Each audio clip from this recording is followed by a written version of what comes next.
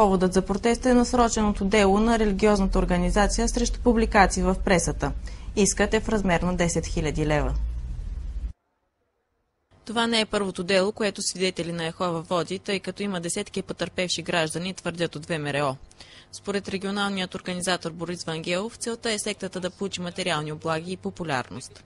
Тя не признава държавните символи, откъсва хората от семействата им, отказват животоспасяващо кръвопреливане. Въобще довеждат хората до едни състояния, които им се уврежда нормалния ритъм на живот. Възрастни хора да завещават своите жилища на тяхно име в името на Бог и след което те да ползват тези жилища. Сектите, първото, което е ограбват, както виждате на нашите лозунги, имат, че развалят семейства и така нататък.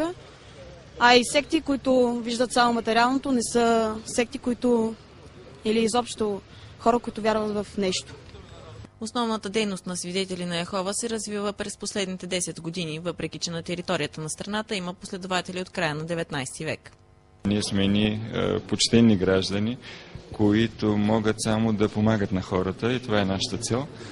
И искаме чрез дела като тези да покажем, че такива статии, които ни оклеветяват и всяват ненужна обществено напрежение, нали все пак всичко по законен начин трябва да се отиде по местата.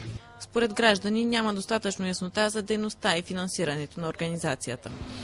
Просто мисля, че няма място в нашия живот. Ние сме си християни.